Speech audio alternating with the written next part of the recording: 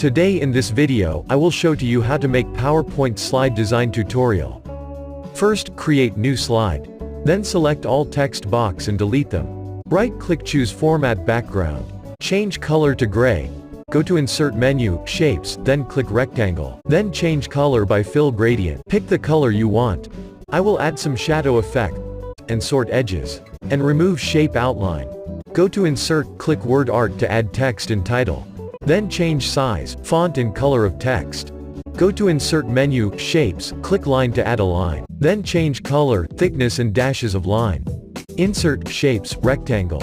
Draw a rectangle and one triangle. Rectangle and triangle, then merge shape. Move Shape Outline. Then resize and change color.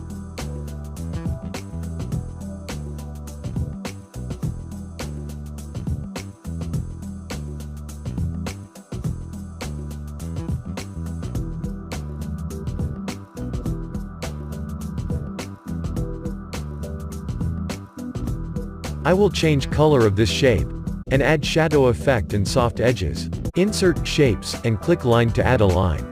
Change color, thickness and dashes, press Ctrl G to group shape. Select shapes, then press Ctrl D to duplicate.